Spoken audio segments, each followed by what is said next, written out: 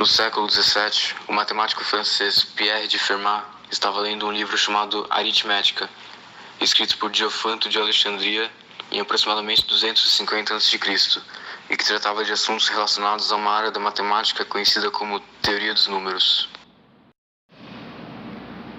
Uma das páginas desse livro pedia para seus leitores encontrarem soluções para a equação do Teorema de Pitágoras, ou seja, triplas de números inteiros x, y e z, que satisfazem x ao quadrado mais y ao quadrado igual a z ao quadrado.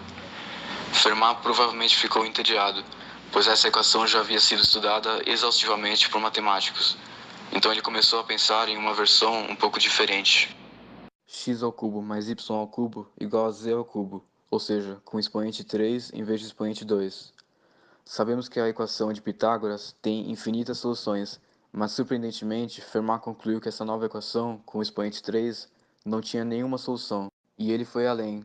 Ele também escreveu no livro que as equações x elevado a 4 mais y elevado a 4 igual a z elevado a 4, x elevado a 5 mais y elevado a 5 igual a z elevado a 5, etc., também não tinham solução. Então, ele escreveu a teoria que ficaria conhecida como o último teorema de Fermat. Se x, y e z são números inteiros positivos e n é um número inteiro maior que 2, então x elevado a n mais y elevado a n igual a z elevado a n não tem solução.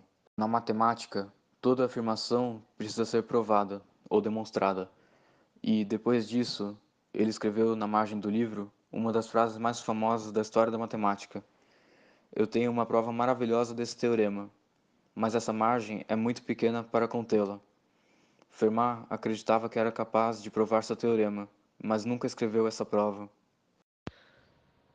Após sua morte, seu filho viu o livro com as anotações e mostrou ele ao público. No livro, além desse teorema, havia várias outras afirmações matemáticas escritas por Fermat.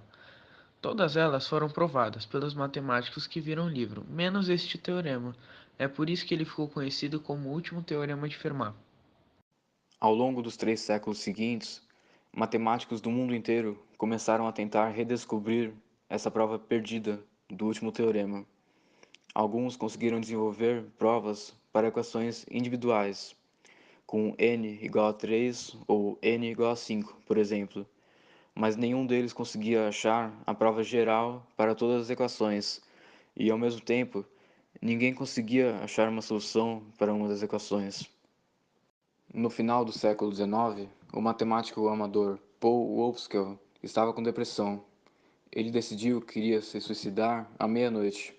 Nas horas anteriores ao seu suicídio planejado, ele visitou uma biblioteca e começou a ler sobre o último teorema. De repente, ele começou a achar que era capaz de prová-lo e começou a explorar uma estratégia que havia criado.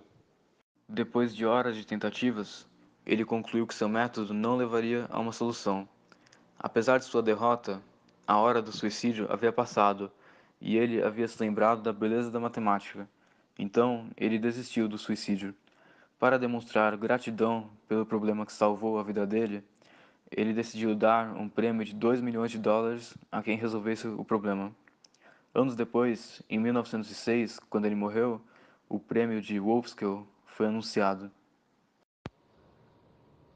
Isso gerou um enorme interesse do público pelo problema. Os matemáticos haviam perdido a esperança, mas voltaram a atacar o problema. Em menos de um ano, 621 provas foram publicadas, mas todas estavam erradas. Pouco tempo depois da Segunda Guerra Mundial, o surgimento dos computadores ajudou os matemáticos a provarem o teorema para todos os valores de n até 4 milhões. Isso pode parecer progresso, mas não chega nem perto de ser suficiente, pois o padrão rigoroso de provas matemáticas exige que o teorema seja provado para todos os valores de n, ou seja, de 3 até o infinito. Computadores eram capazes de realizar cálculos complicados, mas não eram capazes de lidar com um número infinito de equações. É por isso que esse teorema era tão difícil de ser provado. Em 1963, um menino de 10 anos chamado Andrew Wiles estava na biblioteca de sua escola e viu um livro chamado O Último Problema. Esse livro contava a história do último teorema de Fermat. Seu escritor, o matemático Eric Temple Bell previu que a humanidade iria acabar por causa de uma guerra nuclear antes que esse problema fosse resolvido. Mas Andrew Wiles não ficou intimidado e decidiu que o sonho da vida dele seria resolver esse problema. Enquanto isso, os matemáticos Shimura e Taniyama estavam realizando avanços na matemática. Eles criaram uma outra teoria, que ficou conhecida como conjectura Shimura-Taniyama. Anos depois, um outro matemático fez um link entre essa conjectura e o último teorema de Fermat. Ele demonstrou que se alguém provasse a conjectura Shimura-Taniyama, o último teorema de Fermat também seria automaticamente provado, ao mesmo tempo. Alguns matemáticos brincaram, dizendo que a conjectura Shimura-Taniyama era ainda mais difícil que o último teorema de Fermat, pois qualquer coisa que levasse à prova do último teorema deveria ser impossível. Nesse momento, o menino que tinha 10 anos, Andrew Wiles, já havia crescido e se tornado um professor universitário. Ele enxergou nesses avanços matemáticos uma perfeita oportunidade para realizar seu sonho de provar o último teorema. Então, ele começou a realizar pesquisas sobre esses avanços de forma secreta, pois ele não queria ser pressionado pelo público ou correr o risco de ter suas ideias copiadas por alguém. Durante 7 anos, apenas ele e sua esposa sabiam que ele estava trabalhando isoladamente. Para provar o último teorema, ele não teria que provar a conjectura Shimura-Taniyama inteira, mas apenas a maior parte dela. Durante todo o processo, ele nunca teve certeza de que conseguiria resolver o problema. Ele sabia que mesmo com suas técnicas novas, as técnicas necessárias poderiam ainda não existir. Ele poderia estar no caminho certo, mas vivendo um século errado. Finalmente, em 1993, ele sentiu que sua prova estava ficando completa, então decidiu mostrá-la em uma conferência na Inglaterra. A prova aparentava estar correta. A mídia e matemáticos do mundo inteiro ficaram surpresos. Wiles se tornou uma das pessoas mais famosas do mundo. Mas, quando a prova de mais de 200 páginas foi enviada para um time de matemáticos para ser analisada, foi encontrado um grande erro que ameaçava a prova inteira. Então, durante os meses seguintes, ele começou a tentar corrigir esse erro desesperadamente. Depois de muitas tentativas frustradas, ele pediu a ajuda de seu ex-estudante, Richard Taylor.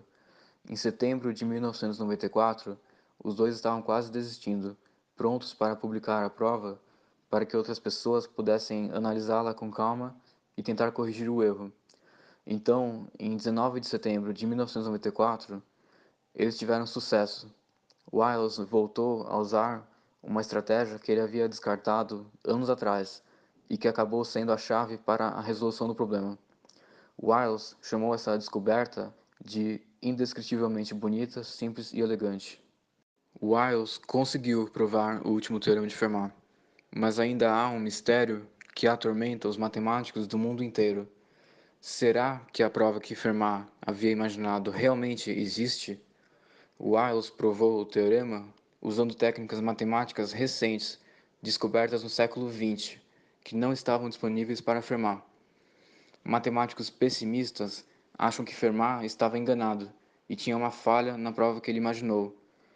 Matemáticos otimistas acham que Fermat realmente tinha uma prova. Se essa prova original existe, ela é muito genial, pois ela usa conceitos matemáticos antigos e, durante mais de 300 anos, ninguém conseguiu pensar nela. Embora a resolução desse problema não tenha trazido muitas aplicações práticas, o fato de matemáticos terem tentado resolvê-lo durante tanto tempo estimulou o desenvolvimento da teoria dos números, que é uma das áreas mais importantes da matemática e está relacionada ao estudo dos números inteiros e suas propriedades.